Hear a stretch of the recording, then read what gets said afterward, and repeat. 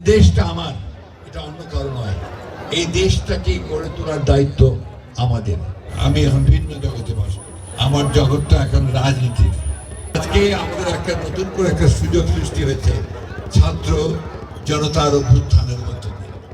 অনেক প্রাণ গেছে, অনেকে আমাদের ছাত্ররা তারা জীবন দিয়েছে, তাদের আত্মার প্রতি আমি গভীর শ্রদ্ধা জানাচ্ছি। যারা আহত হয়েছে তাদের প্রতি সহানুভূতি জানাচ্ছি।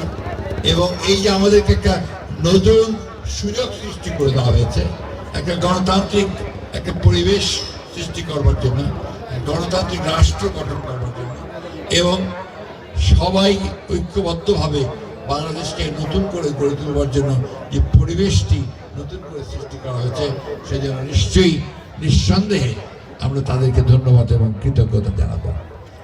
একটা কথা আমাদের সবসময় মনে রাখতে হবে যে দেশটা আমার, এটা অন্য কারো নয়।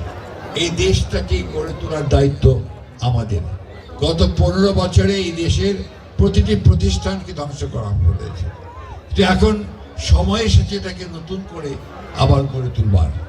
আমি বিশ্বাস করি ঠাকুরগাঁয়ের যারা ক্রীড়ামন্ত্রী আছেন তারা সবাই ঐক্যবদ্ধ হয়ে দল মত নির্বিশেষে, সেখানে যেন আবার দল মত ভাগাভাগি না করা হয়, দলমত নির্বিশেষে সবাই একসাথে যাদের যোগ্যতা আছে তাদেরকে দিয়ে সাংগঠনিকভাবে এবং খেলাধুলার ব্যবস্থা করতে হয়।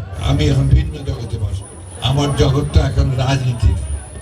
একনল অ্যাডভান্সড হাইজিন সোপ এবার জীবাণু ধুলাবালি ঘাম ক্লিন বোল্ড।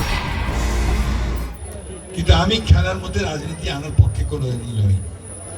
আমি সবসময় মনে করেছি যে আপনার খেলাধুলা ক্রীড়াঙ্গন এটা রাজনীতি মুক্ত হওয়া উচিত। যারা যোগ্য তারা খেলবেন, এবং সবচেয়ে বড় জিনিস কি, যারা মাঠে থেকে খেলেন তাদের হৃদয়টা অনেক বড় হয়, এটা প্রমাণিত। এবং দেখা যাচ্ছে যে ওখানে সেই ক্ষুদ্র দল মত এগুলি নিয়ে কোনো বিভেদ থাকে না। আমাদের মধ্যে সেটাই ছিল না। এক একজনকে দল সমর্থন করতাম, আমরা এক একজন একটা মতামত সমর্থন করতাম। ক্রিকেট যখন আসতো তখন আমরা সব একসাথেই ক্রিকেটের কাজ করতাম। আমরা সবাই মিলে আমাদের এই দেশটাকে ঠিক যেভাবে গড়ে তোলবার জন্য নিজেরা একটা শপথ নিয়েছি, ঠিক তেমনিভাবে ক্রিকেটকে গড়ে তোলার জন্য যেন আমরা সবাই শপথ